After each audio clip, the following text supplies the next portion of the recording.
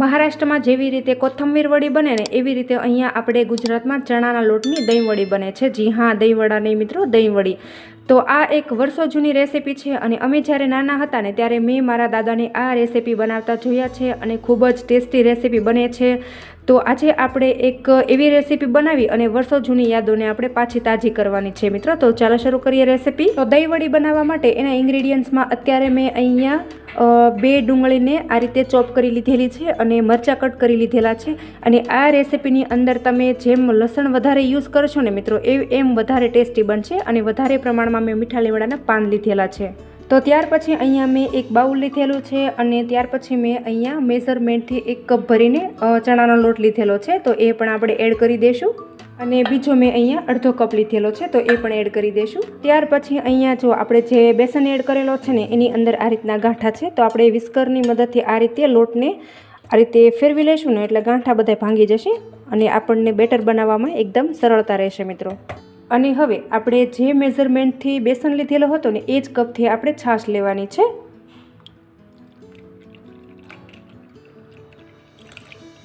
ઉમેરી દઈશું. અને પછી જો આપણને એવું લાગતું હોય કે હજી બેટર આપણું થોડું ઘટ છે તો ફરી વખત આપણે છાશ એડ કરશું. અત્યારે મેં 2.5 કપ છાશ એડ કરેલી છે, તમે જોઈ શકો છો. અને વિસ્કરની મદદથી આપણે આ રીતે ફેરવી લેશું અને સરસ એવું આપણે પતલું બેટર બનાવીને તૈયાર કરવાનું છે મિત્રો. તો અહીંયા મને બેટર હજી પણ થોડું જાડું લાગે છે તો હું અહીંયા પાણીનો ઉપયોગ કરું છું. અને જો તમારી છાશ અતિશય ખાટી હોય ને તો જ અહીંયા તમારે પાણીનો ઉપયોગ કરવાનો છે, નહીંતર તમે ફરી વખત છાશનો ઉપયોગ કરી શકો છો. તો અહીંયા આપણે પાણી ઉમેરી દઈશું. તો આ રીતે ચમચીમાંથી ઇઝીલી પડી જાય ને એવું આપણે બેટર બનાવીને તૈયાર કરવાનું છે. તમે અત્યારે જોઈ શકો છો કે આપણા બેટરની કન્સિસ્ટન્સી કંઈક આ રીતની મેં રાખેલી છે, જો તમે જોઈ શકો છો. અને હવે આપણે આ બેટરની અંદર બધા મસાલા કરી લેવાના છે. તો અત્યારે 1 ટીસ્પૂન અહીંયા મેં હળદર પાવડર લીધેલો છે તો એ એડ કરી દઈશું. અને 1 ટીસ્પૂન અહીંયા આપણે મરચું લઈ લેવાનું છે તો એ પણ એડ કરી દઈશું. અને 1 ટીસ્પૂન જેટલો આપણે ધાણા જીરું પાવડર લઈશું, એડ કરી દઈએ. અને 1 ટીસ્પૂન એટલે કે ટેસ્ટ અકોર્ડિંગ આપણે મીઠું લેવાનું છે તો એ પણ એડ કરી દઈશું. અને વિસ્કરથી આપણે હલાવી અને મિક્સ કરી લઈશું. તો લાલ મરચું અહીંયા આપણે ધ્યાન રાખીને એડ કરશું કારણ કે આપણે આની અંદર લીલા મરચાંનો પણ ઉપયોગ કરેલો છે એટલા માટે. તો તમે જોઈ શકો છો કે કંઈક આ રીતનું મેં બેટર બનાવીને તૈયાર કરેલું છે મિત્રો. અને હવે આ તૈયાર થયેલા બેટરને આપણે સાઈડમાં કરી દઈશું અને આપણે જઈએ ગેસ તરફ મિત્રો. તો અહીંયા મેં ગેસ ઓન કરી ગેસ પર કઢાઈ ગરમ થવા માટે રાખી દીધી છે. અને હવે આપણે એની અંદર તેલ ઉમેરી દઈશું. તેલ આપણે થોડું ચડિયાતું ઉમેરવાનું છે તો આપણી જે વડી છે એ ખૂબ ટેસ્ટી બનશે. તો તેલ આપણું ગરમ થાય ત્યાર પછી આપણે 1 ટીસ્પૂન જેટલી રાઈ ઉમેરી દઈશું. અને રાઈ સરસ એવી ક્રેકલ થઈ જાય ત્યાર પછી આપણે 1 ટીસ્પૂન જેટલું આખું જીરું એડ કરી દેવાનું છે. અને ત્યાર પછી આપણે મીઠા લીમડાના પાન ઉમેરી દઈશું અને લસણ ઉમેરી દઈશું. સરસ એવું આપણે સાંતળી લઈશું. અને હવે આ સ્ટેજ પર જ આપણે ડુંગળી અને લીલા મરચાં પણ ઉમેરી દેવાના છે. હલાવી લઈશું અને ગેસની ફ્લેમ આપણે સ્લો કરી દઈશું. ડુંગળી આ રીતની અહીંયા હલકી ગુલાબી રંગની થઈ જાય ને ત્યાં સુધી આપણે એને સાતળવાની છે. હવે આ સ્ટેજ ઉપર આપણે એની અંદર મસાલા કરી લઈશું. તો અત્યારે અહીંયા મેં 1/2 ટીસ્પૂન હળદર પાવડર લીધેલો છે એ ઉમેરી દઈશું. અને 1/2 ટીસ્પૂન જેટલું મેં ધાણા જીરું પાવડર લીધેલો છે એ ઉમેરી દઈશું. અને 1/2 ટીસ્પૂન જેટલું લાલ મરચું પાવડર લીધેલો છે ઉમેરી દઈશું. અને હલાવી સરસ રીતે મિક્સ કરી લઈશું. તો બસ આ રીતની આપણી ડુંગળી થઈ જાય ને ત્યાર પછી આપણે જે બેટર બનાવીને રાખ્યું છે ને એ પણ એડ કરી દઈશું. ગેસની ફ્લેમ સ્લો રાખશું અને એકદમ ધીરે ધીરે ઉમેરશું જેથી કરીને ગઠ્ઠા ના થઈ જાય. જો આ રીતે બિલકુલ આપણે તો તમને કદાચ જોતાં એવું લાગતું હશે કે આ દહીં તિખારી જેવું બનેલું છે, પણ ના, તમે એક વખત આખો વિડીયો જોશો ને તો તમને ઓટોમેટિક ખ્યાલ આવી જશે. ખૂબ ટેસ્ટી અને મજેદાર આ રેસીપી બનીને તૈયાર થાય છે મિત્રો. તો આ રીતે તમે એને ધીરે ધીરે હલાવશો ને એટલે એ ઘટ્ટ થઈ જશે. અને ગેસની ફ્લેમ આપણે અત્યારે હાઈ કરી દેવાની છે અને સતત એને ચમચાની મદદથી આપણે હલાવતા રહેવાનું છે. અને જો તમે હલાવવામાં સહેજ પણ આઘા પાછું થઈ જશે ને તો આ જે લોટ છે ને એના ગઠ્ઠા થઈ જશે, એટલે આપણે સતત એને હલાવતું રહેવાનું છે. તો મિત્રો આ રેસીપીને તમે શું કહો છો ને એ મને ખાસ કમેન્ટ કરીને જણાવજો, અને તમે આ રેસીપી ક્યાંથી જોઈ રહ્યા છો ને એ પણ મને કમેન્ટ બોક્સમાં જરૂરથી કહેજો. તો મિત્રો તમે વિડીયોને બિલકુલ સ્કીપ નહીં કરતા, પૂરેપૂરો જોજો. આપણે એક જ રેસીપીમાંથી 2 રેસીપી બનાવીને તૈયાર કરવાની છે, અને એ તમે વિડીયો પૂરેપૂરો જોશો ને તો જ તમને ખ્યાલ આવશે, નહીં તો તમને જરા પણ વિડીયો ખ્યાલ નહીં આવે મિત્રો. એટલે આજે આપણે એક જ રેસીપીમાંથી 2 રેસીપી બનાવીને તૈયાર કરવાની છે. તો તમે જોઈ શકો છો કે જ્યારે આપણે બેટર બનાવેલું હતું ને ત્યારે એની કન્સિસ્ટન્સી એકદમ આછી હતી, અને આ રીતે આપણે અત્યારે તમે જોઈ શકો છો કે એની કન્સિસ્ટન્સી આ રીતની કંઈક થઈ ગઈ છે. અને ત્યાર પછી આપણે એક આ રીતની નાની ડીશ લઈ લઈશું, અને બેટર આપણે થોડું એવું ડીશમાં રાખી અને ચેક કરી લઈશું.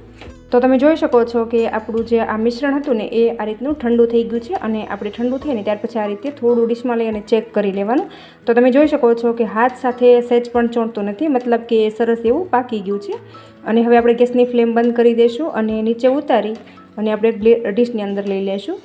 અને ખાસ તમને એક વાત કહી દઉં કે જેને ખાંડવી બનાવતા નથી આવડતું ને એના માટે આ બેસ્ટ ઓપ્શન છે. તમે જોઈ શકો છો કે તમને આનો થોડો એવો ખાંડવી જેવો પણ ટેસ્ટ આવશે મિત્રો, અને તમે આમાંથી ઢોકળી પણ બનાવીને તૈયાર કરી શકો છો.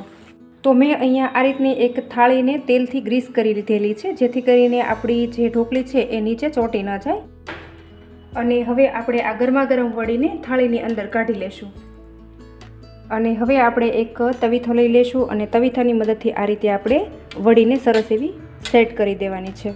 આ રીતે એકદમ તમે કરશો ને હવે તમે જોશો કે સહેજ પણ એ તવીથા સાથે ચોંટતી નથી, મતલબ કે એકદમ સરસ એવી પરફેક્ટ આપણી વડી બનીને તૈયાર થઈ છે મિત્રો. અને જો તમારે આ વડીને એમનામ ખાવી હોય ને તો તમે એમનામ પણ ખાઈ શકો છો, અને તમારે વઘાર કરવો હોય તો થોડું તેલ અને તલનો વઘાર પણ કરી શકો છો. પણ હું અત્યારે થોડું તેલ અને તલનો વઘાર કરી લઉં છું, એટલે એનો ટેસ્ટ ખૂબ સરસ એવો લાગે મિત્રો. તો આ રીતે તેલ ગરમ કરી અને આપણે એની અંદર તલ નાખી દેવાના છે. તમે આમનામ કાચા તલ પણ ઉપરથી નાખી શકો છો, પણ તમે આ રીતે કરશો ને તો તમને તલ જરા પણ કાચા નહીં લાગે અને એકદમ સરસ એવો ટેસ્ટ આવશે. તો આ રીતે તલ આપણા થોડા ફૂટી જાય પછી આપણે એડ કરી દઈશું ઉપર. આ રીતે તલને બધી બાજુ આપણે સ્પ્રેડ કરી દઈશું. તો આ વડી ઠંડી થઈને પછી આપણે એને પીસીસ કરી લેવાના છે. અને તમે વિડીયો છોડીને ક્યાંય ન જતા, હજી આપણે આમાંથી એક બીજી રેસીપી બનાવીને પણ તૈયાર કરવાની છે મિત્રો. અત્યારે આ સમયે જ આપણે થોડો લાલ મરચું પાવડર ઉપર સ્પ્રિંકલ કરી દેવાનો છે. એ બિલકુલ ઓપ્શનલ છે, જો તમે ઈચ્છો તો ઉમેરી શકો છો, નહીં તો તમારે સ્કીપ કરી દેવાનું. ઉમેરી દેશું. તમે જોઈ શકો છો કે આ વડીને મેં શક્કરપારા જેવો શેપ આપી દીધેલો છે, અને એક વડી હું તમને આ રીતે હાથમાં લઈને પણ બતાવી દઉં તો એકદમ પોચી રૂ જેવી અને સોફ્ટ બનીને તૈયાર થઈ છે. જે દાંત વગરના હશે ને એ પણ આરામથી ચાવી શકે છે, અને આ ગુજરાતમાં ખૂબ ફેમસ છે, અને શિયાળાની સિઝનમાં આ આઈટમ બને છે મિત્રો. તો મિત્રો તમને મારી આજની આ વડીની રેસીપી કેવી લાગી ને એ મને કમેન્ટ બોક્સમાં તમારો ફીડબેક જરૂરથી આપજો, તો હું તમને એક તોડીને પણ બતાવી દઉં. તમે જોઈ શકો છો કે કેટલી સરસ એ પોચી રૂ જેવી બનીને તૈયાર થઈ છે, અને વળી ખાવામાં પણ એટલી જ ટેસ્ટી છે મિત્રો, તમે માનશો નહીં. અને હવે આ જ વડીમાંથી આપણે બીજી રેસીપી પણ બનાવીને તૈયાર કરવાની છે. તો વિડીયોને તમે એન્ડ સુધી જોતા રહેજો, વિડીયોને બિલકુલ સ્કીપ નહીં કરતા મિત્રો. તો મેં તમને કહ્યું હતું કે વિડીયો તમે બિલકુલ સ્કીપ નહીં કરતા. આજે આપણે એ વડી છે એમાંથી પણ બીજી રેસીપી બનાવીને તૈયાર કરવાની છે. તો એના માટે અહીંયા મેં ગેસ પર કઢાઈ ગરમ થવા માટે રાખી દીધી છે, અને ત્યાર પછી આપણે એની અંદર થોડું તેલ ઉમેરી દેવાનું છે.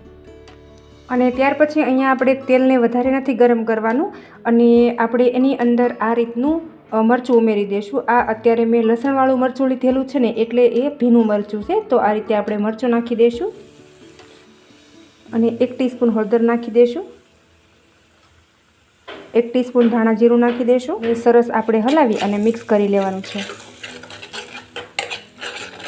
અને અત્યારે મેં ગેસની ફ્લેમ બંધ રાખેલી છે, નહીંતર આપણું મરચું થોડું બળી જશે. એ મરચું આપણું ગરમ થાય ને ત્યાર પછી આપણે એની અંદર છાશ પાણી મિક્સ કરીને ઉમેરી દેવાનું છે. અને પાણી મેં આખો કપ ભરીને લીધેલું છે, અને છાશ મેં એની અંદર થોડી એવી જ એડ કરેલી છે. તો મિક્સ કરી દઈશું. ગેસની ફ્લેમ હાઈ કરી દઈશું, અને ફરી વખત આપણે એની અંદર 1 કપ પાણી ઉમેરી દઈશું, અને આપણે ઢાંકણ ઢાંકી અને રસાને આપણે ઉકળી જવા દઈશું. તો હવે આપણે ઢાંકણ ખોલીને ચેક કરી લઈએ. તો તમે જોઈ શકો છો કે રસો આપણો સરસ એવો ઉકળી ગયો છે. અને ત્યાર પછી અહીંયા આપણે જે ઢોકળી બનાવીને રાખી હતી ને મિત્રો, એ આપણે અહીંયા નાના નાના મેં ટુકડા કરી લીધેલા છે, અને આપણે એ આ રસાની અંદર ઉમેરી દેવાની છે. એટલે સરસ એવું આપણું એક સબ્જી બનીને તૈયાર થઈ જશે મિત્રો. આવી અને આપણે મિક્સ કરી લેશું. તો કેવી લાગી આજની આ રેસીપી? એકમાંથી 2 રેસીપી બનીને તૈયાર થઈ ગઈ મિત્રો. ન તો આપણને મહેનત લાગી અને કોઈને વળે અલગ ખાવું હોય ને તો પણ એમ કે ખાઈ શકે છે. ઢાંકણ ઢાંકી અને આપણે એને થોડી વાર માટે કૂક કરી લેવાની છે. આમ તો આપણી ઢોકળી ચડેલી જ છે, પણ આ રસો જે છે વધારાનો એ બળી જાય ને એટલા માટે આપણે થોડી વાર એને ઢાંકણ ઢાંકી અને કૂક કરી લેશું. તો ફ્રેન્ડ્સ, લગભગ અહીંયા 3 થી 4 મિનિટ જેવું થઈ ગયું છે અને તમે જોઈ શકો છો કે વધારાનો જે રસો હતો ને એ બધો પાણી બળી ગયું છે. અને હવે આ રીતનું થાય ને પછી આપણે ગેસની ફ્લેમ બંધ કરી દેવાની છે અને આપણે આ શાકને એક બાઉલમાં સર્વ કરી દેવાનું છે. હવે આ વડીની સબ્જીને આપણે ગરમા ગરમ સર્વ કરી દેવાની છે.